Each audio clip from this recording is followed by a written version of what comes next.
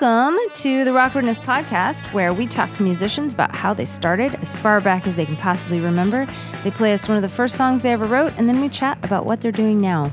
We're your hosts. I'm Rose Sean. I'm Terence LeClaire. And I'm Tony Tancredi. Today's guest has been in touring bands for about 20 years, starting with As Tall as Lions on the 2004 Warped Tour. They went on to tour with Minus the Bear, Cage the Elephant, Twin Tigers, Frightened Rabbit, and even some bands that didn't have animal names. He went on to form The Black and the White and Work before starting his current solo project. He's also a touring bass player for such wildly big acts as Bob Moses and has played Coachella twice. My man. I'm talking about Julio Tavarez. Julio! Also known as Like a Ghost. Julio tried to interview us, but we somehow managed to get him to open up. Oh, he really did. Yeah, it didn't actually take much coaxing. About growing up in Long Island, learning how not to just play, but perform, and being in the right place at the right time, or, maybe possibly not. You're going to need to stick around to the end because let's just say he buried the lead on a big story. So please enjoy our little hang with Like a Ghost. How do you guys know each other? Wow, we just met. Well, I dated Terence in junior high. Yeah, and we don't talk about it though. Yeah, Rose, now we Rose do. and I went to Hebrew school together. Yeah. Oh, okay. Yeah. Where? Oh, you're making this made up. Rose birthed us. Yeah. Yeah, I was going to say, if only I knew the name of a single Hebrew school. Yeah, I know, right? That's what we need to Beth research. Shalom? Yeah, there you go. I think that's one. I met them both right before lockdown. Yeah. Whereabouts? Oh, in yeah. LA. The whole story. Just through people. Yeah. So she came up with the show. Yeah. And then I helped her with it. And then we were talking about it at her party, and Tony overheard it and said, "Let's make it a podcast." And here we are. Yeah. Sweet. That's the short version. Nice. Yeah. Short version. Yeah. And now we have awesome people like you. That's Yeah. right. Like a ghost. Like a here in the ghost. studio. Yeah, Thank you for welcome. coming. Thank you. By the way, I love that it's a name so nice, you have to use every letter twice. Mm-hmm. Yeah, well, Like the point a of that was I ghost. wanted it to kind of look the way it sounded. The double letters is almost like equivalent to like a blur walking by.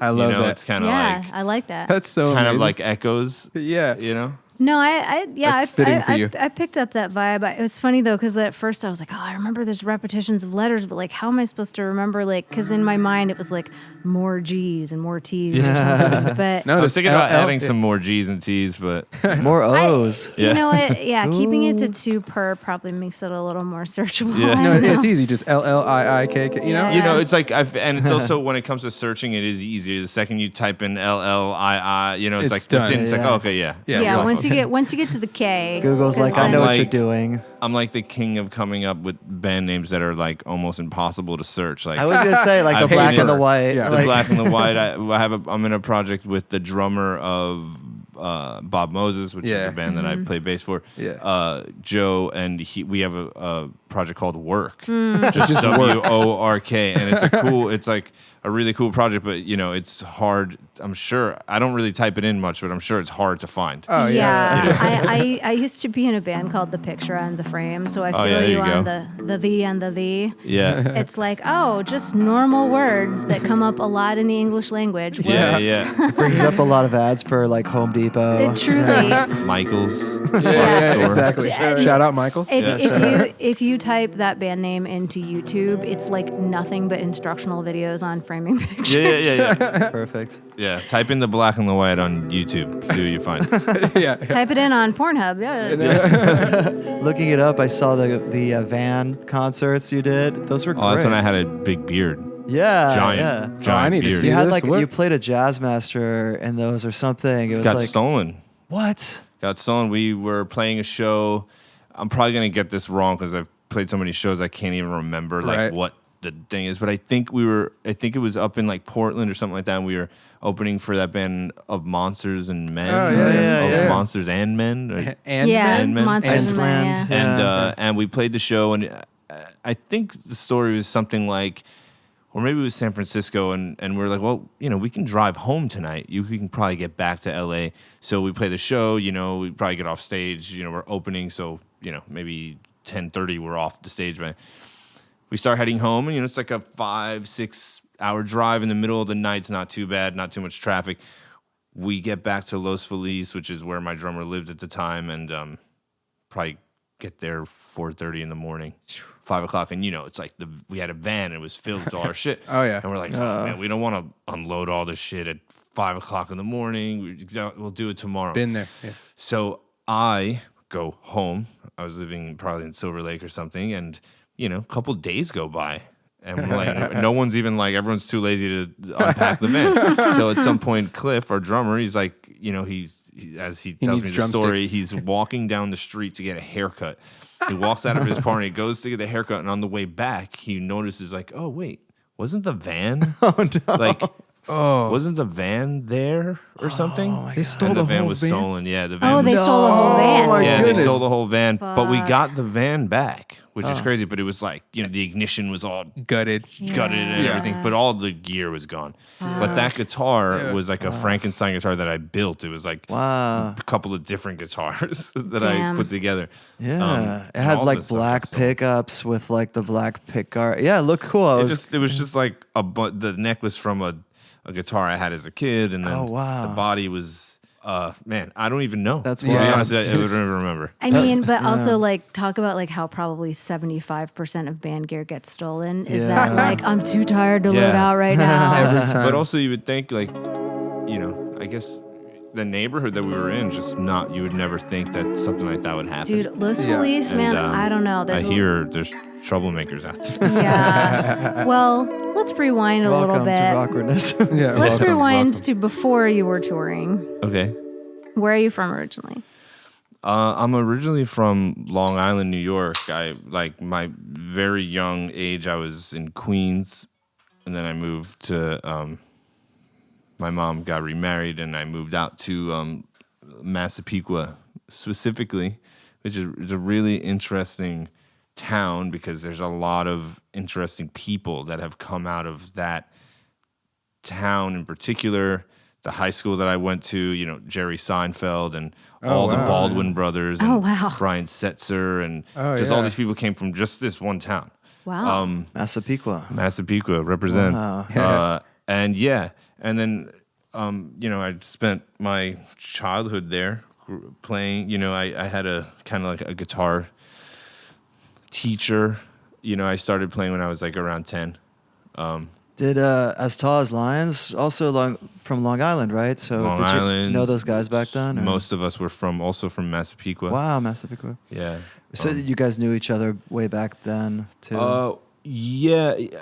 How that lined up is when I was like 15, this girl came to my high school as a new girl. She like transferred from the Catholic school or something, and she like came and I started dating her, and I was like, and she would always tell me like, oh, I have my friend Dan. He sings in this band called Sundays. They were called Sundays at the time. And, I was also like a cocky little prick at the time, So I was like, fucking whatever. Your friend's band probably sucks. Yeah. Really, like at the time, the kids my age weren't really very, at least in my view, they weren't really that good. So anytime I'd have Sure. a friend that had a band, it was always like not Yeah, you're good. like, cool. Well, yeah. because And I they was were always 15. like, I was always like kind of a little, I guess, like advanced. Not like I'm like a great player or anything, but like I just had like some kind of sensitivity to music that was a little more advanced for maybe people my age. So like I was always the band that I had at the time. Maybe we weren't like the most original, but we were good. You know what I mean? Yeah, And so she brought me to. I finally gave in. I went to see this band, and they were great. And I was like, wow, this is the first time I ever saw a group of kind of kids. They were like 3 years older than me, but pretty much my age. That were like really tight, wrote songs. But not only that, like when I went to the show, the people in the audience like knew the words to the songs. wow. And like Yeah. there was a lot of energy there, and I was like, oh, this is like a real thing, like a Yeah. band with fans, and there was probably 50 people there, but Still. I was impressed. Yeah, that's I And, mean, that's not a bad crowd for a high school band. No, or- Yeah. And so, I met some of them afterwards, and then, at one day my girlfriend was babysitting, and she's like, "Oh, babysitting, you should come over." I was like, "Cool." So I went over, right on. and I had just finished some kind of recording with like my high school band. The song I'll probably end up playing later. And my friend Dan heard it, and he's like, "Oh, wait, you could actually sing. Damn, you're good. And you can actually play." And I'm like, "Yeah, you know." And then we became friends. Like at that point, and we were like kind of like butt buddies, like just always together, playing, always writing songs, showing me, "Oh, I got this idea." Blah blah. Long story short, blah blah blah. The band, you know, I graduated high school, and I had been doing this production thing with this label. They wanted to like produce me and produce my songs and kind of shop me around. And, you know, but then I hit like 17 and I was like going through the changes. And I was like, man, I don't want to do pop music or anything like that. So I kind of declined the offer. And my parents were like, yo, oh, wow. Are you like out of your mind? Like, why would you turn this down? And I was like, you know, I was like, just wasn't me, you know? Just didn't feel right. Dude, respect. And then at that point, I kind of had like that post, which I find is pretty normal, like the post-high school mental breakdown. I don't know if you guys have had experienced it, but I, like when I was around 17, I had just graduated high school. I had passed on that contract, and I was like, the only thing I wanted to do was music. But at that point, I had no prospects as to like what to do. Yeah. So I got like a job and I went to college. I promised my parents I'd go to college, like a kind of a music college. And I went and I was like falling asleep in class and having like severe, intense panic attacks where I couldn't even concentrate. And I went to a therapist and it was like gnarly. So my parents were like, all right, well, maybe this is not your thing. Just work. And figure it out. So I got a job at like a coffee house. And then one day I got a call from Dan. And he was like, yo, our bass player left. You need to learn how to play the bass. Like right now. And join, and because we got this tour, the Warp Tour, coming up, 2004. Oh, shit. 2004 Warp Tour. I think I went to that. A lot of people did. And I was like, shit. And I had somehow, my parents bought me a bass. I don't even remember. I still have the same bass that I played still with Bob Moses. I like retired it for like 10 years. After the band broke up, I was like, I'm never playing this again. And then, but that's that Fender, right? Yeah, it's like a black jazz bass. It's like all beat up and shit. Anyway, so then I joined this band, and the thing was that because I was so close to all of them, over those like years, I had become friends with Dan, and then became friends with band. So you know, they'd be rehearsing, and I'd be sitting on the couch just like watching them. You know, it was like I was like that guy. Yeah. Anytime they had a show, I'd be like, oh, I'll take your guitars. I'll fucking just come because I just wanted to be around it. You know? And then eventually joined the band, and then you probably already knew all the songs. I knew a lot of the songs because I had always heard them, and you know, and then just moved forward like that. Then we made a record. You know, the first tour I did with them, I was playing songs from the first record that I had not recorded on, and then come the second album is where I kind of like started, you know, putting in input. Yeah. So how old were you at the point that you joined this band? Like 18. 18, perfect. So it was pretty. I mean, it doesn't seem young to me, but I guess it was pretty young, like to start kind of. That's pretty young. And my parents, you know, like.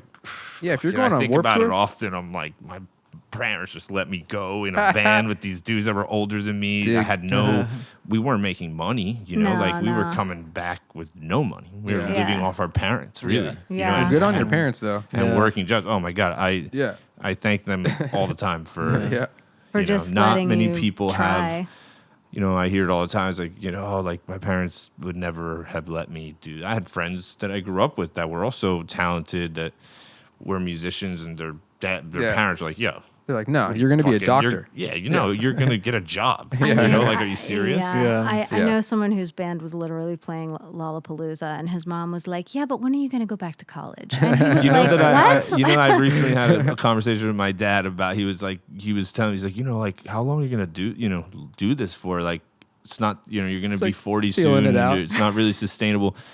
And it was scary because he kind of convinced me, like, fuck, yeah, like, what am I going to do next, you know?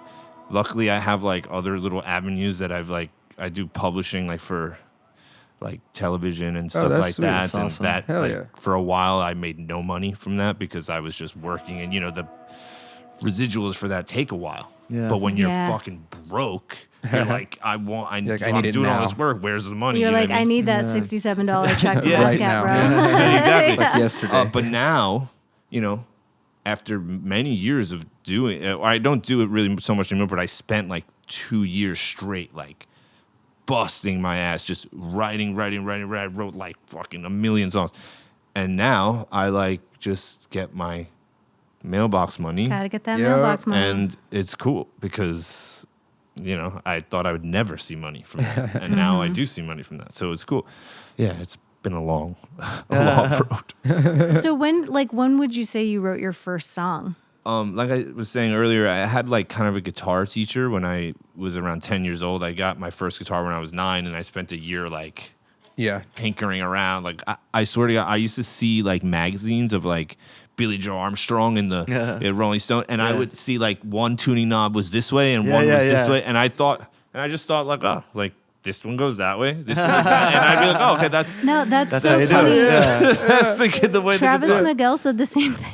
Yeah. I mean, I'm sure it's a common thing because I just thought it was cool, but I had no idea like how to anything. You know, I was going like, you're just figuring out shit. So I went to this kind of guitar store that had like a couple of rooms for drum room and my guitar teacher, big up to John Bavona, he was just like such a huge person in my life because like he really was the first person to like give me encouragement. What my guitar teacher taught me was like be yourself and be confident and fucking own it, and you have a talent, and don't do drugs. Stick to that talent. I guarantee you that you will do something special, you know? Yeah. That's so awesome. Yeah. And it was always like, oh, did you learn the scales I put in your booklet? No, okay, let's jam or let's talk. Yeah. You know, it was like never like, that's why I still don't know how to read music or anything, you know? Yeah. So everything I've really learned is basically like by ear and like learning records of other bands, you know, growing up. But he was like a really big, I have this one crazy story that I'll try really quickly because I've said it a lot of times. Do your thing. Yeah. When I was like 10 years old, you know, we're doing this like guitar teacher thing. My guitar recital place had like a kind of like an event where they like got all the students to play, and they would team people up. So my teacher's like, oh, I want you to team up with Eric, and you guys do fucking All Along the Watchtower or whatever it's gonna be, right? And for some reason, I don't know why, I insisted that I wanted to do it alone. I didn't want to be with other people. And he was like, all right, yeah, like if you think you could do it, you do it. So I decided to do a cover acoustic of When I Come Around by Green Day and Wonderwall by Oasis. Also, Nice. yes. So I'm up there, 10 years old, like doing When I Come Around, and I do the whole thing. You know, people are clapping, and who knows what the fuck it sounded like. And then I go into Wonderwall. Right, I'm doing it. And I get to the second verse, and I blank, you know. And I'm like, literally, like I remember it was yesterday. I'm like up, literally stuck midair on the thing. I'm like, and I'm terrified. And I look over, and I see John, my guitar teacher, on his knees. And he's looking at me, and he's like mouthing, like, do not get off stage. Yeah. Finish, do, you know. Yeah, wow. And I was so nervous, and I remember like, fuck, what am I going to do? And I kind of like made it into a joke. I was a silly kid. I was definitely the class clown. And I made it into like a joke. I was like, oh, I guess I forgot the words. And everyone started laughing. And then I'm like, so you guys ready? Because I'm ready now. You guys ready? You know, like doing the whole, I just made it into a thing. And I got a standing ovation. Nice. And I was the only person the That's whole so night to get a amazing. standing ovation. Yeah. And I remember that was like the moment that I realized, not that I wanted to become a musician necessarily, but more so that it wasn't so much what I was playing, but how I played it. Yeah. Oh, yeah, you And connected. you could play 1,000 fucking notes, but you could also play one note. And if the vibe is right and the fucking moon is right, people are gonna feel that, you know. 100%. And I kind of like Yep. that was like a really big, impactful moment for me where I realized like what it is to like be entertainer. Yeah. Yeah. And I guess a musician. And for me, I take that to this day. You know, I think about that, how big, you know, and I was like a year into playing. I was still like very, very like, you know, I just knew a couple chords, you know. Yeah, But you were 10. John was very like, you have a raw thing that's happening, and told my parents like, yo, I love that. this is, you gotta You should push nurture this kid this. into this because Wow. That's this amazing. is really something that he's into, you know? You know, of any number of people that teach kids guitar, I mean, anybody could have taught you to play scales. Of course. And he was young too, you know, he was Yeah. only 19. Oh, wow. I mean, he was a kid. Back then he was like a fucking adult. Yeah, you know, but yeah. Oh, yeah, looking straight. he was a 21-year-old Yeah. kid, you know, teaching a 10-year-old kid, you know? Yeah. Yeah, I actually messaged him on Christmas Nice. this year just to tell him, like, yo, dude, I was sitting, you know, I'm just sitting at my parents' house, was bored and shit, looking on my phone, and I was just started thinking about him. And I had his number, and I texted him. I was like, yo, I just want to let you know, like, how, you know, big of an impact you were in my life, you know, Oh, that's because amazing. I feel like I wouldn't have gotten to do, you know, as far as I have, which is really not that far. But I mean, But, like, you know what I mean? Like, who I knows haven't if you would have even like pursued it? Yeah. exactly. I was really insecure as a kid. I grew up in, like I said, in Long Island, Massapequa. I was made fun of a lot because my name is Julio, and I grew up like among white Italian kids that were really mean to me and like called me all types of derogatory names. But Really? I was like a type of kid that always stuck up for myself. I never I would never come back home crying or be like, oh, everyone's making fun of me. I was like, if they were in my face, I was in their face, but it antagonized it. So like they were always like, oh, you think you're tough. Yeah. And then it would get worse. So I was always like, I hated my name growing up. My name, Julio, like kids made fun of me my whole life, you know? So I really was like embarrassed of my name. And John was the first person in my whole life, the first day of lessons. And he's like, your name's Julio? I'm like, yeah. He's like, Julio! Dude, that's the coolest fucking name ever. And anytime I'd go into lessons, he'd be like, Julio. He would like, the first person in my life that ever like gave me that kind of like, I really like kind of hated myself as a young kid because I was so torn down by everybody around me that like, so music gave me a lot of like, it was really like my, It was there for you. yeah. Shout out to Totally. John, man. No, I'm Yeah, just, I'm super just so, shout out to John, I'm you so know? like, I'm That's actually amazing. a little choked up. It Yeah. makes me I know. choked up. Yeah. 'cause- It's And, like, like, God bless him, dude. Like, God bless I mean, did John. he even know what he was doing, or was he just being I think cool? half, you probably. know? You know? There's no way that he actually knew what he was doing, but he Yeah. saw something Yeah. in Yeah. me that other people didn't see, or you know, my parents. When you're a parent, you don't know what the fuck your kid's into. You know, I played fucking. I was in karate. I was in gymnastics. I was in Yeah, just baseball. I was in all the football. stuff. I did all the things, and I couldn't really last. And the second it got like important, I was like, I'm not into it. Music, for the person that I am, like I've always been kind of a loner, not in a negative way. You know, just I spent, you know, I'm not an only child. I do have 3 half brothers and sisters, but they're much younger than me. Oh, you know, it's okay. from my mom's second marriage. So my sister's like 10 years, you know, I'm 10 years younger, 11 years, 12 years younger. Oh, okay. So I grew up kind of more Yeah, or less more or like less as an only child. yeah. You know, I Yeah. spent all of my time kind of by myself. So of course, like something like music where you don't really need anyone around when you're like in your exploratory phase, Yeah. it really kind of saved me Yeah. from I don't know what, but like who knows what the fuck would have happened Well, to it me just if I would gave you have. a place to Yeah. channel. Yeah. And I've never, you know, became a drug addict or, Yeah. you know, I've somehow, you know, I think I had like a pretty kind of traumatized childhood. And like when I think about like everything that's happened and like blah, blah, blah, and then touring and what it gives you, the negative things that like happen to you when you Oh, yeah. become like a musician and you're on stage and people and girls and everything. The whole thing.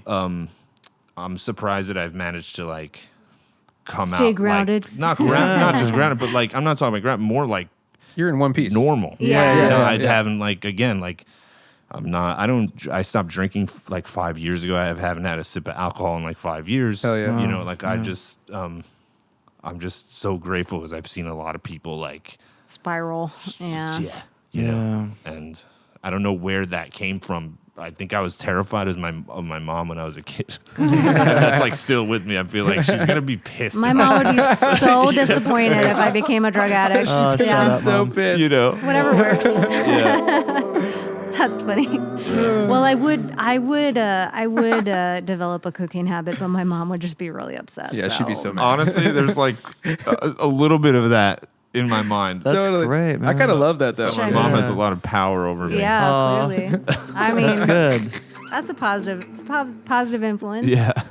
It's that kind of guides your life. Like they don't even know, like you said, but it's just people's presence in your life. It guides your decisions years and years later. Well, it's interesting Totally, too because like totally. their presence, even when they're not present, like Yeah. you're talking about, like being out on the road and then just like thinking about what your mom would think, and she, it's not like she was there going like, "Don't drink." Right. I think like there's been like in my early like teenager, she was like, I was just always so terrified of her. Like, I was terrified of coming home and smelling like booze or whatever. I didn't even go to parties or drink or anything. I literally sat in my room and I played my fucking guitar for my whole high school life. What was You that know what I mean? guitar, by the way? Like your first guitar? My first guitar was a maroon and black Premier. I remember a Premier Oh, yeah. with a little 10-watt Gorilla amp that I Nice. wish I still had that amp because I've never found a better fuzz tone. Oh, seriously? Gorillas are great. Because I had, it was like my shitty Yeah. amp, and then when I was like around 15, 16, I was like, oh yeah. And then I plugged it in, and by this time I had gotten into music, and I'm plugging yeah. this thing, and it's like, damn. Whole new appreciation. It sounds like Yeah. Hendrix like fuzz, that like Yeah. dry Yeah. fuzz, Yeah. And those amps are still like kind of sought after. Like people pay money for the No, for those Yeah. things. that's of course they are, because it's like all these like guitars that like used to be kind of cheap and whatever. Then people like Jack White were like, "Hey, Yeah. this is awesome," and now Like everybody this one. wants them. Oh man. Yeah. That's probably the deal with the Gorilla true. amp. Like Yeah. somebody notable was like, "Oh, these are cool," and now I everybody's remember like, "I must have one." The Yeah, little yeah. battery-powered ones. You remember those little ones? You could open them up, and it would kind of create a wah-wah sound. I have one of those little battery powered amps. Seriously? It's like a little. It's just basically a speaker. Yeah. With a 9-volt battery attached to it, and then an input. Yeah. As you like hook it up to like your belt or I something. love it. Oh yeah, you can like go, Go running with your busk on the guitar? 3rd Street. Yeah, go running. I was thinking go busk on the 3rd Street Promenade, but it might be small even for that. So when did you start exploring like different pedals and sounds? Was Yeah, that 'cause you got early a on? awesome pedal board here. It definitely stems from the As Tall as Lions experience. My guitar player and anyone that's like was a fan of that band or knows anything about it, like we were kind of like an atmospheric. Yeah. There was like a atmospheric vibe to our sound, and a lot of it had to do with our guitar player and what he was into, and like he used a lot of delay pedals and and I played bass throughout that whole experience, but I really like picked up a lot just being around him, and just seizing your fucking band. I still to this day, like when I think people are like, oh, what are your biggest influences? Like my biggest influences are the other 3 people in that band because love I it, my was so Yeah. young, and like I was so Yeah. great, and I remember the moments of like kind of not knowing like where the bass fits inside of because like people think, oh, your guitar, you just play bass, but it's like, You're like, dude, no. it's like a totally different Yeah. instrument. It's It not is, just yeah. and the last thing I want is to be a bass player that sounds like a guitar player on bass. So I spent a lot of time like trying to figure out even how to fucking where to. Yeah. I wasn't satisfied with. Yeah. Or just like ding ding. Yeah, I mean, right. 'cause You know what I mean? But you but could- then after a while, I realized like, oh shit, dude, I could Sometimes just that's fine. sometimes it is your all the role. time. It's fine. Yeah. And That's like, just how I play bass all the time. it's like it's just cool 'Cause I can't riff, I was though. still in like, it was like, how do I? Yeah. That's awesome. There's some clips of you on YouTube where you're jamming out with them, like doing all kinds of crazy shit. It's awesome. And just a lot of the music that again, I was young. They were 3-4 years older than me. A lot of the music they were into, I might have not like kind of gone into or something if it Yeah. wasn't for being in that band. I Yeah. was like very much into like punk rock as a teenager, and like and all of that comes with that, and then around like 16 my brain started to kind of crack open, and then around like 18 when I started to hang out with them is when I really kind of got into, and like anything else, you hear about like the figureheads, and then you Yeah. kind of Branch start out. discovering Yeah. like where they got their shit from, and then you just start discovering all this shit, all this music. Right. You You know? get a So- little you get a little deeper with it. Yeah. What like- were some of their influences like? Obviously, like the emo thing was like big in Long Island for a period of Yeah. time, and like I don't think anyone in that band was like influenced by it because everybody kind of was like on the outskirts of it.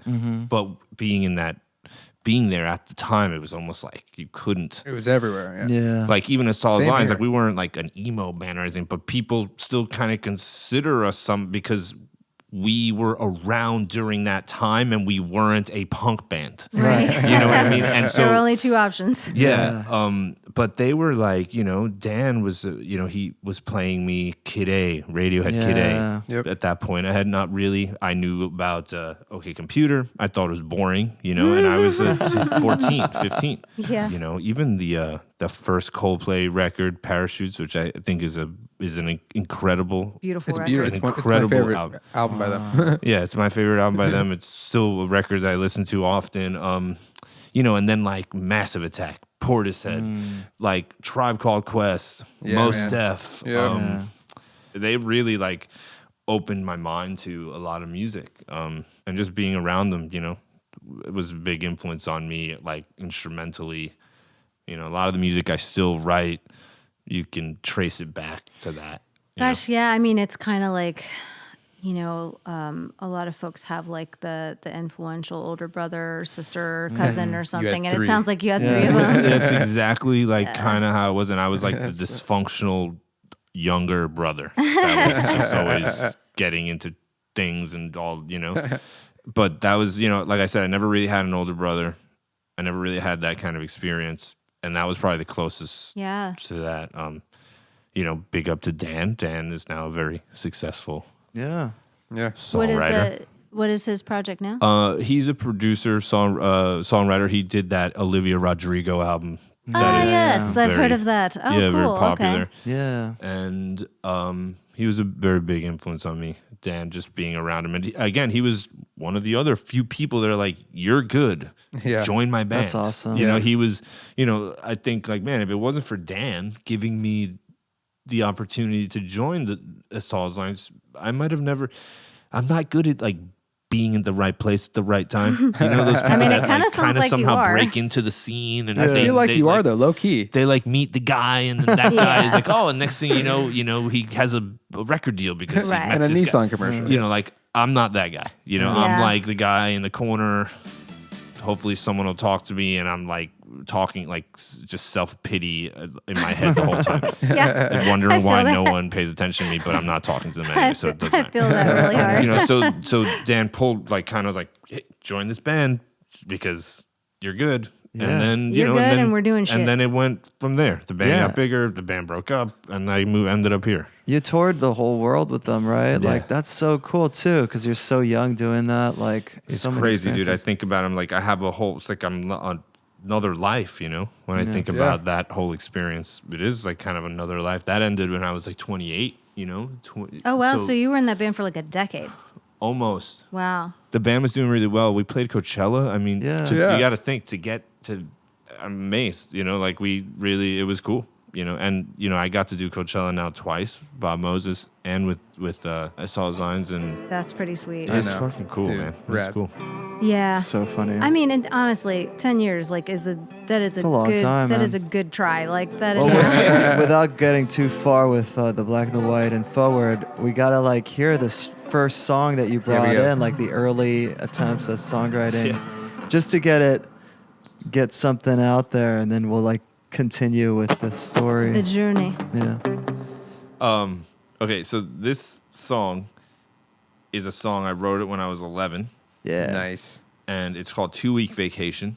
Yeah. And it's about basically I had this friend named Rob Miller when I was a young kid. He's like my best friend, and his parents used to kind of go on trips a lot. I think they were like gambling addicts. They really liked places like Vegas and Atlantic City, Yeah. and we'd always Okay. like kind of go with them. And so they had this trip to like L.A.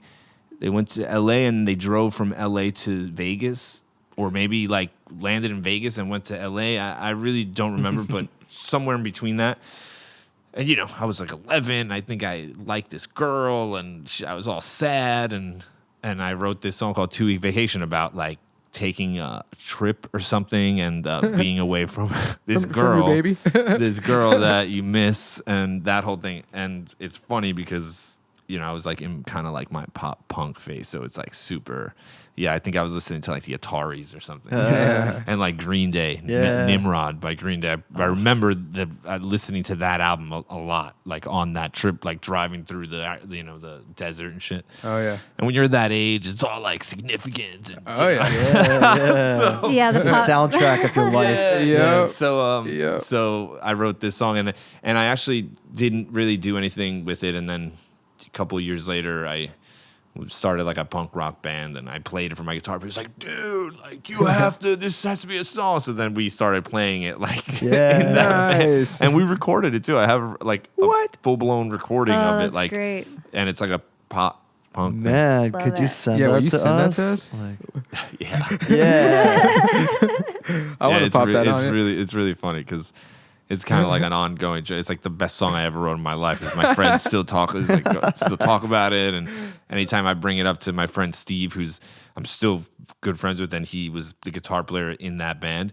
He's like still like we always talk about. I told him like, yo, I'm gonna do this podcast, and I might play 2 Week Vacation. And he was like, hell yeah. Yeah, it's pretty funny. He's in a band called I think they're called American Television. They're a punk rock band that are based sweet. out of like kind of Virginia, DC area. Awesome. My mom like loves this song. Yeah. And when I was a kid, I like wrote. I think it was like the first time my mom was like, "Oh, you could like write a song." She was like really impressed, Yeah. but she's like still stuck on it. She's like, she literally. This is not made up. For Christmas last year, she asked me to do it, re-record. Because she likes it, but she doesn't like all the drums. So she's like, do an acoustic version. And I recorded the song, re-recorded it like really like super acoustic-y. And she loves it. It's really funny. She's That's so amazing. she still dude. thinks that she's like, you got to sell that to an artist. Like, you That's know, you so can. That's just as good as like any of the songs out there. I'm like, Mom. No, that's Shout out, Mom. that's so cute and so mom-like. I love it. Yeah, I love it so for a while, much. she was like, did you find someone to sing that song yet? I love that. Just checking in. She wants me to like find like a female artist to sing it. I'm like, Mom. Well, you have a connect with Olivia Rodrigo. I mean, you know what? Dan, I'm gonna give you the song. If the song has legs, you know. People have been talking about it for like 25 years or something. I My know. friends, everybody loves it. It's just, it's like, I think for everybody in my 12-year-old like scope, my life, it was the first time I had written a song. So everybody was like, "Oh, cool! Like you wrote it." Up until that point, I was like, Yeah. I didn't know what They're the like, fuck. good for you, honey. This Yeah. has a melody. Yeah, I Yeah. think I was like, oh, he can write songs. I might butcher this, but because I've never really played it. Like, I'm gonna try. Perfection is not the goal. Yeah. I'm not sure how much you play. Should I like straight up, like that? Check. It can't get any worse than this, I said. After that first tear that I shed, when I stepped onto that plane and took off, driving through the Arizona sun, and I know this week has just begun, but I can't stop being away for you for this long, and so I cry. All these nights you've been away, too far away that I cannot stay. And so I cry, and I press rewind to that song that reminds me of all these times.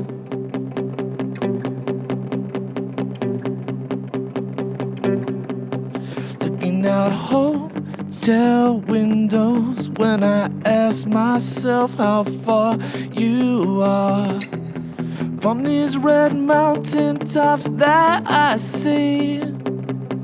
Why does time move so slow? God, I am so weak. This is the best lyric of the whole song. 'Cause I'm a loser, but I cannot lose her. Yes. It's only been 2 weeks, and so I cry.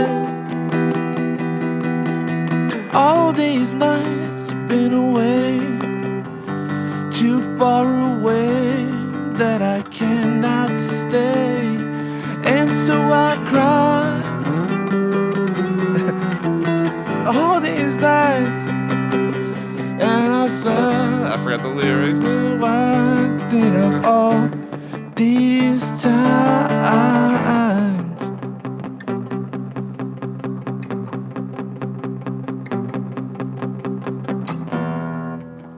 What can I do? There's nothing to do. Yet I'll wait this out, it's almost over. What can I do?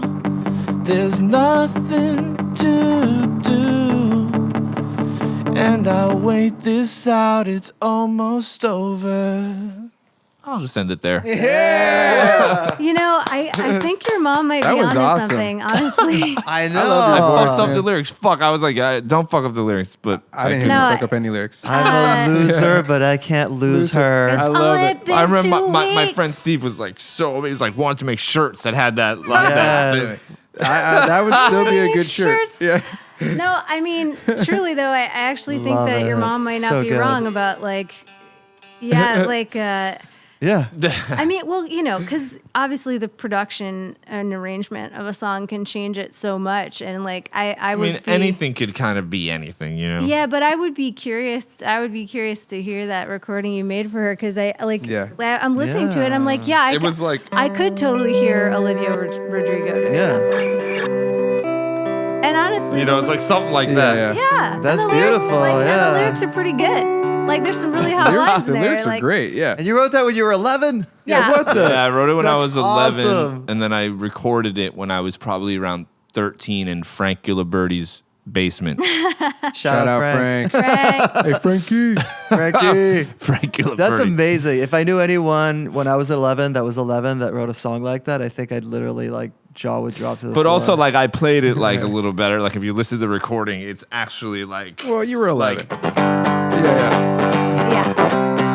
that's you know what I mean? Yeah. XT. Yeah. Well, Totally. But I couldn't bring myself it to was play it like fresher that. in your mind at Yeah. that time. I mean, it is kind of like something that's interesting with the show is like if we didn't know the story, we'd be like, yeah, that's a pretty good song. You know what I mean? Yeah. Like, but the fact that you're like, oh, well, I wrote it when I was 11 about a girl I had a crush on. Like, Christina Arena. Her name is not Christina, Christina Arena. Arena? Oh, 1,000%. Christina Her name's Arena. Christina That's amazing. Arena. Chris- Massapequa, New York. Long Island. Oh, 516. man. Shout out. That's funny. I always kind of wonder about people who give their kids names that like rhyme their last It's like, name or didn't you think this through? I know. High Christina school Arena, exists. Julia Gulia. yeah, exactly. Like Julia Gulia. Or like my grandparents, named their last 3 children Ann, Dan, and Jan. Oh, man. To be fair, it was Ann, Daniel, and Janice, but still. Ann, Dan, and Jan. That's hilarious. They didn't think through Ann, Dan, and Jan. Yeah, shout out mom. Yeah. Shout out, Mom. Shout All the out, moms. All of Yeah. them. And my Aunt Jan and my Uncle Dan, who's no longer with us, but Ann, Dan, and Jan. And people used to joke like, so what is it, Annual, Daniel, and Janiel? Oh my God, man. That's amazing. Yeah, I'm like, okay, if that's what you're starting with at 11, I mean, you can only... I went on to, like I said, when I was, 10 years old, like I said, I had John, my guitar teacher. Yeah. Straight up, he was like, yo, I'm going to give you homework. I want you to go home, write some songs, find a band, and if and when you do, I have a studio in my parents' house. Yep. You can come to my parents' house, I'll record you guys. Wow. So immediately, I think about it, I have no idea. Fucking Dave McCarthy on drums and Damon Motto on the fucking bass, and I played guitar and I sang and I wrote three songs. One of them was an instrumental, and I'm 10 years old. Wow. and I bring him and I tell John we're ready. And he had a studio. Like, I think back, it's like his fucking parents' house. Like, literally, like he's 21 years old and he has a studio in his parents' house. He brings us to his friend's house to record drums. And then we do everything like at his house and it's on tape, Oh, wow, yeah. Yeah, it was like, That's this had to have been, fucking had to have been I was 10. It was 1996. Yeah. That's so 1996. fucking cool. And I recorded this 3-song thing, and I had a cassette tape, and I had that fucking cassette tape in my pocket everywhere I went. Yeah. Everywhere I went, because I thought it was just like so cool. Oh, it is. Yeah. That was the coolest shit. So now 2 years go by, and my friend, his cousin was graduating from college, and they were having a party. It was like a family friend. And he's like, yo, my aunt is a record producer. You should bring your tape. It's like classic shit. So Yeah. I go to this party. This lady, she had to have been at the time like 40. And I am like, hey, like, listen to my tape. You know, like, and she's like, dude, you're fucking 10 or 12. Like, just whatever. The whole night blowing me off. Finally, I'm sure she like got wasted or something. Finally, I bring her into the house, into my friend's bedroom, and he had you played it? boom box or something. And I put it in and I played it. And she Yes. goes, you wrote this? And I was like, yeah. She's like, you're playing guitar? I was like, yeah. She's like, listen, I am working with an artist right now, but in about 2 or 3 years, I'm going to call you because I want to work with you. And, you know, when you're like 12, you're like, that's never going to happen. that's 20 years. Fucking, yeah. Yeah. So that goes away. And in that 2-3 years, I start this punk band that plays that song, you know. And one day I'm at rehearsal and she calls me on the phone and she's There like, we hey, go. this is Bernadette. Do you remember I met you at Phil's party? And it's 3 years later. And I'm like, and now I'm 15. And she's like, or 14 or something. And she's like, yo, I would love to bring you in and have you maybe play some songs if you have any songs. And blah, blah, blah. And I'm like, okay. And I went into the city and I had a mic and a fucking acoustic guitar. And I just played all these little songs that I had, 2 Week Vacation being one of them. Yeah.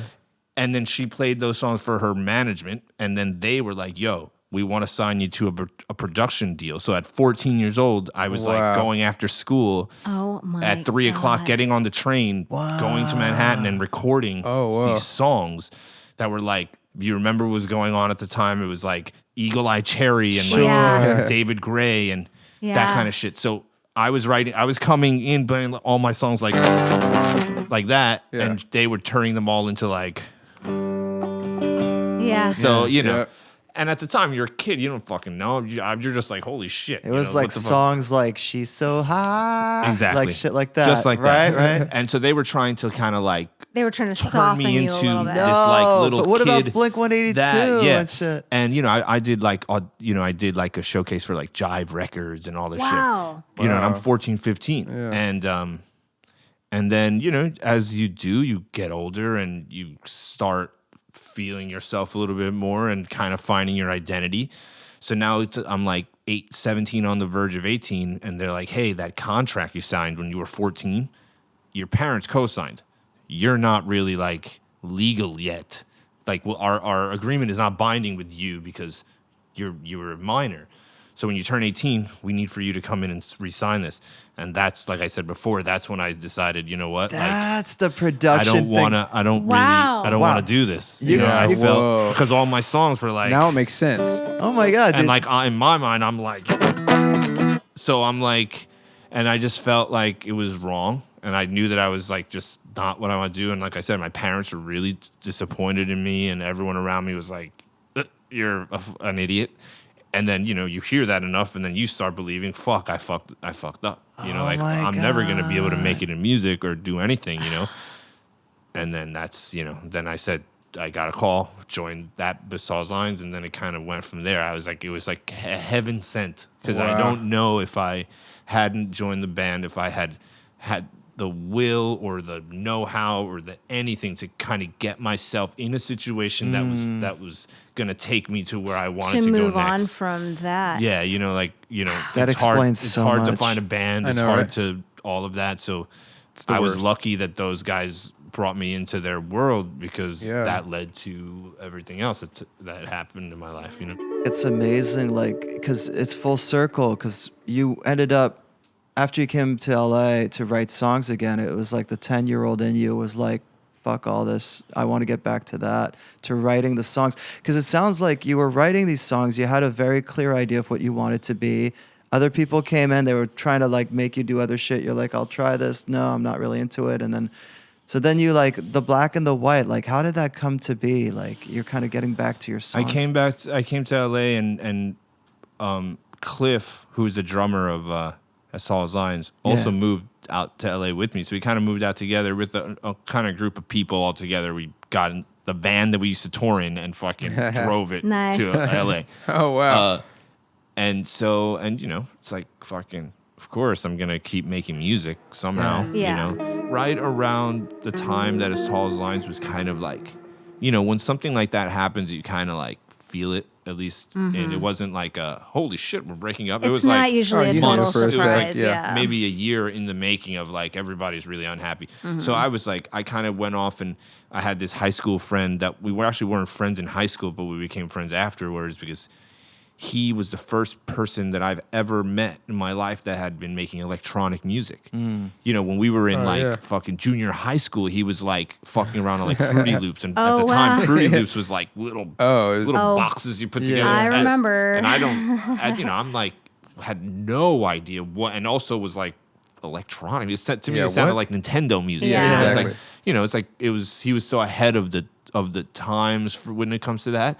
And, you know, he spent a lot of years just in his room fucking around on his computer. So by the time he was like 20, you know, by the time he was like 25 years old, he was really fucking good at it. Oh, yeah. So towards the end of As Tall as Lions, I was hanging out with him, and we started like just writing these electronic kind of songs. And, you know, after the band broke up and then I moved to LA, I took those songs that I wrote with Justin is his name, and we kind of turned them into a live situation. Yeah. So, you know, got a band and started playing the songs, and then we wrote another album after that included the band, you know. And it was cool, man. We did a lot for, you know, this is that golden era of LA, 2010. Oh, man. You know, like everything just seemed like possible, and like there was a new phase of music, and M83 came out with that record, and everybody like was like, oh wait, I can make music in my room and it can sound like this, and I don't need a drummer, you know. And it was really, and LA was like really popping off as far as like shows. I had a bands. band that was hitting it hard 2010. I remember that was a golden era. Yeah, and it was a lot of shows and a lot of shit going on. Yep. I miss those days. Same. Well, it was back before YouTube had been sort of completely taken over by like corporate sponsor type thing. You could still DIY things like that. Totally. You could still function. It was right in the beginning of like the DIY online era of like you can have a band and not be signed to a label and that whole thing, and you could do it on your own. Like it was that you brief little window where that was actually true.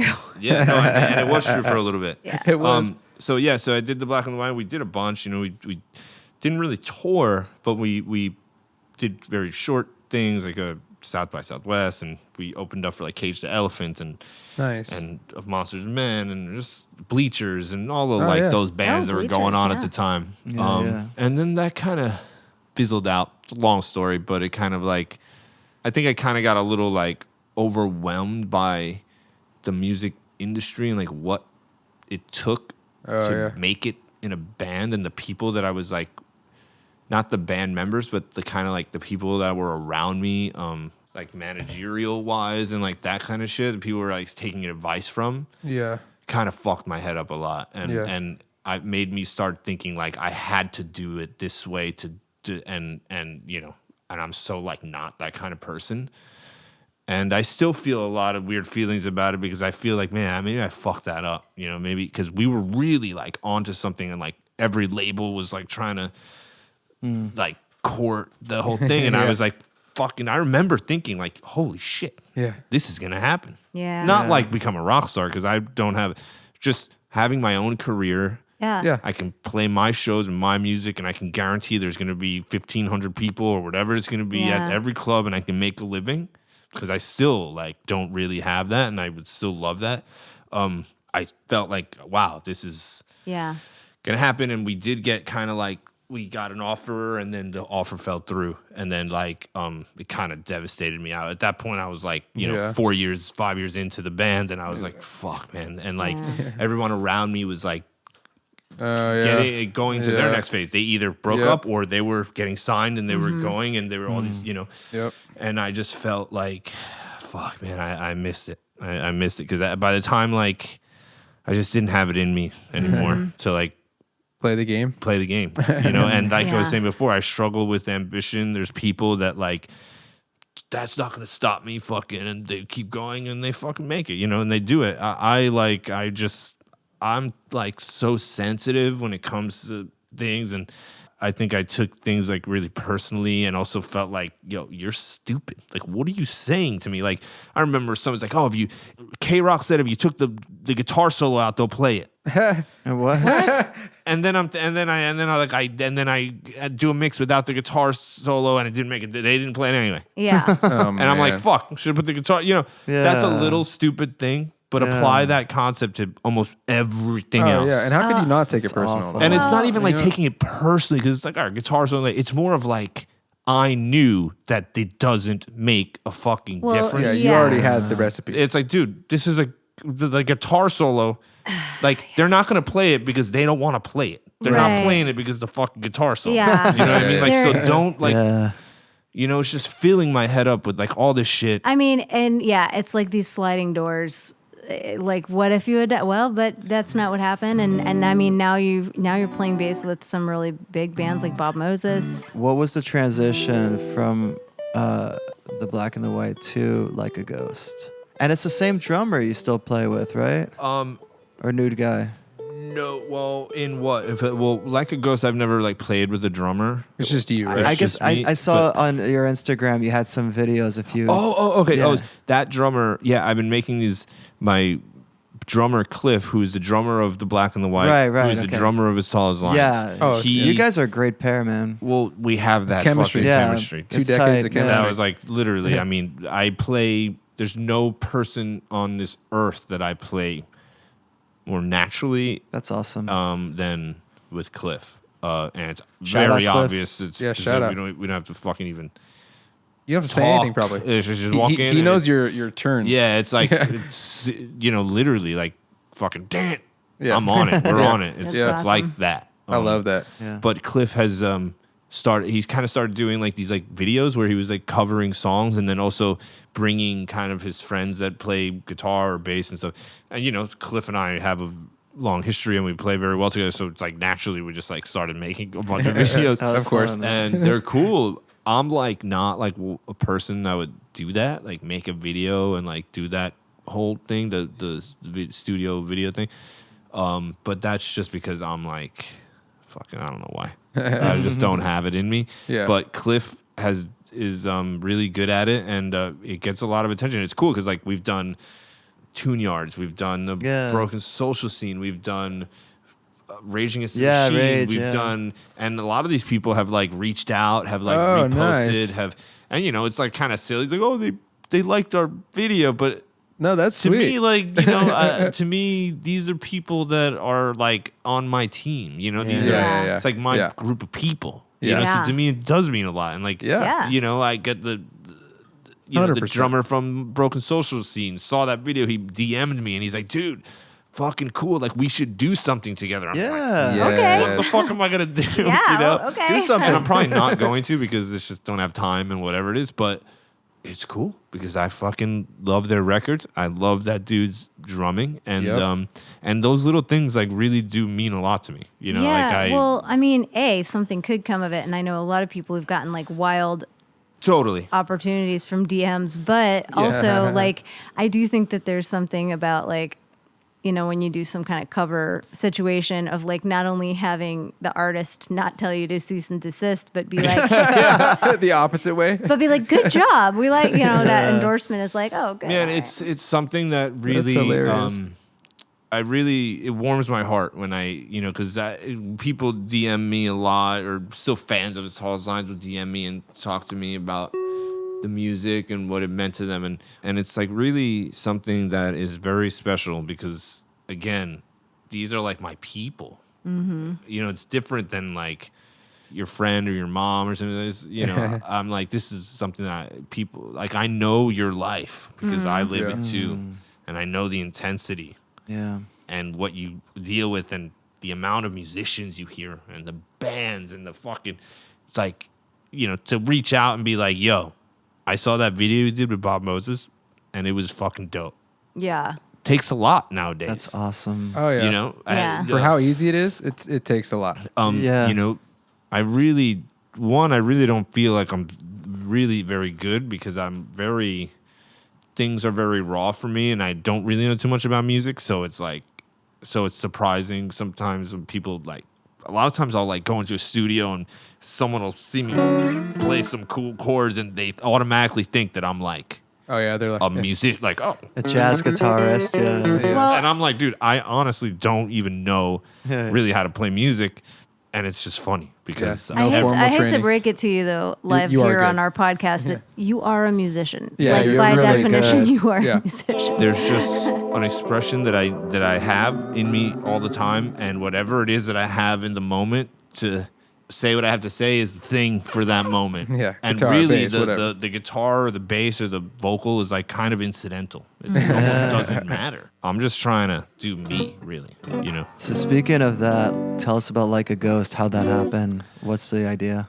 It was really just an excuse to fucking play, man. You know, after the Black and the White broke up, I kind of like worked for a little bit and kind of took a chill pill. Yeah. It was the first time in my life that I was like, I'm gonna like try not to play music or something. Well, you've you been know? going for like 2 decades, right? Like At that point, yeah, you Yeah. know, You know- if you include my childhood, you know, Yeah. I was on a Time for a serious break. level, you know, like Yeah. even then, even though I was a teenager, I was still like thinking that I was like onto something. So, Oh, yeah. so you know, I'm still kind of working, you know. At some point during the downtime of one of the Bob Moses tours, who knows, probably before the pandemic. I don't remember when I did the first show. When was that? Maybe the summer, like maybe July Okay. of 2021. It was I opened up for Black Paw, who's an artist from LA, and it's the first time I did it, and that had been the first time that I had been on a stage by myself with just me and a guitar since that show that I did when I was 10 years old. Wow. Oh my I'd God. never done that before in my life Wow. up until that point. So I did the Whoa. show, and it went so scary well that I was like, okay, like, wow. I had never gotten that kind of intense response from people. Like, there's moments where I was playing with you, like that. Just, Pin Wow. drop. I'm looking over, the bartenders are like, Yeah, they're That's like in it with you. amazing. Yeah. and I'm like, okay. Born to play. I was like, I'm on to something with this, whatever this is. And then I just kind of kept doing it. And with Like a Ghost, I play songs from my whole career. I play stuff from the Extremely Bad Man album that I did a couple of years ago. And then at Saul's Lines, I do my solo Just Like a Ghost shit. It's just an excuse to like do something without having to put in too much work. Yeah. To get a band and do all that shit is so much, and I knew that I could just wing it. Yeah. You know, and so I did it, and it went really well. And so I was like, man, I got to do more of this. Yeah. You know, Do you want to play us out with something Yeah. like that? What's your favorite Like a Ghost song? man, I really do like that song "Closer to You." Me too, man. That song is so Closer to amazing. you. I wrote this song. You know, like I was in a relationship with a girl. You know those moments where you're just like, you just feel fucking disconnected, and you don't really know like what the fuck is what is. It's just sometimes there is no reason. You just feel we're kind of going like this, and life is just kind of happening. And I remember like just feeling like, man, like I just want to be closer. Like I just Yeah. want to, like, I wish there was a way to cut through the talking and the making up and the blah blah blah, and just like I know shit is fucked up, and I know you have your thing and I have my thing, but let's forget about this right now, and just like fucking just I want to Just be. yeah Yeah. with you. Yeah. Yeah. And this song just came out really naturally, and it's really a song that I really love. I love playing it. It's a great song, man, and lyrically too. I've listened to it a bunch of times. That live version on Spotify is really cool. Was this the one you recorded? No, I recorded Or you at You- the Just Like a residency. Ghost. oh right. We should mix some of those though. Yeah, I'm Yeah. going to. I've been like meaning to, but you know, it's just like fuck I know, right? it, you know.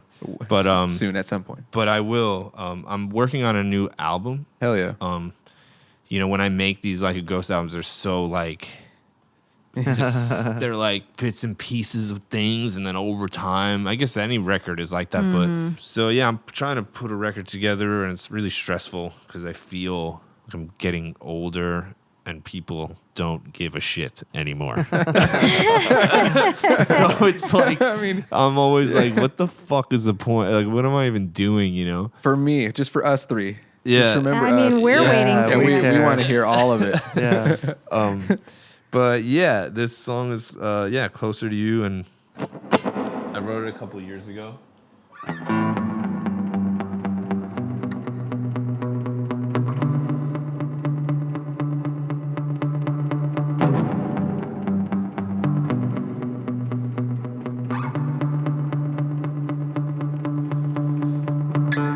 Take off your shades, I wanna get a vibe. I must admit, I like to cool you high. Stalked by a tiger under the fire. Take my hands, baby, get me higher, higher and higher. Ooh, let's even the score. Ooh, is this what forgiveness is for? I got time, but I don't want yours. I just wanna be closer to you. I just wanna be closer to you. I just wanna be closer to you. Take a deep breath, I wanna feel alive. The distance between us is only in our minds. I'm growing tired, you're growing tired. Take my hands, baby, get me higher, higher and higher. Ooh, let's even the score. Ooh, is this what forgiveness is for? I got time, but I don't want yours. I just wanna be closer to you. And I just wanna be closer to you. I just wanna be closer to you. I just wanna be closer to you. Yeah. Man. So good. I love your Like a voice so ghost. much. Thank you. Dude, thank you so much for being here, Yeah, brother. Julio, I really thank you. appreciate you coming I out. Julio! Yeah, Shout out to John. Yeah. Again, I once again. feel, man, I wish I had my own podcast. I just want to like talk Oh, about music. I mean, Do it. you're welcome Yeah. to come back anytime, Yeah, and also well- I'll help you start a podcast. Yeah. How do you start a podcast? Tony's you just pretty gotta have good at it. it now. Oh, you know what I want to You know? get yourself a Tony. But like I like a Ghost released a couple of cover songs in the last kind of year. I did Oh, yeah. like weird songs Oh, yeah. that people probably think are originals because they've never heard them before. Daniel Johnston song and Yeah. a couple other things. But What Daniel Johnston song, by the way? Like, True Love. yes, we'll find you in the end. Yeah, I Oh. recognize you that should one. check it out if you haven't. It's actually pretty cool. I did Yeah, it. yeah. It's like all a cappella. Yeah, It's awesome, and it's dude. pretty cool. Yeah, Yeah, I yeah. heard that one. And so anyway, when I did it, like I didn't have to like do any paperwork to fucking do it. No, They just do fucking Spotify just DistroKid or pays whatever. like Yeah. Yeah. they pay for it all, you know, and it's easy. You just fucking Yeah. you can release covers and don't have to deal with the rights or anything. Yeah, So it's it's my probably kinda- distributor. I just like click a box. Yeah, yeah, It's yeah. like $1.99 extra. or Exactly. It's something. like all right, Yeah. perfect. So we'll start a podcast. Yeah. I'll give you a hand. Man, I would love to start a fucking podcast. Hey, man, you could be like a host. Like a Like host. a Oh, I like that. That's genius, dude. That's genius. Like a host. Thanks, Julio. Yeah, you want to play us out? Think you get will like play like music? Well, to I'm just fade gonna I'm out? gonna walk out the door while you're playing music. Oh, sick. All right, see you guys later. You guys clean up. I'll lock the door.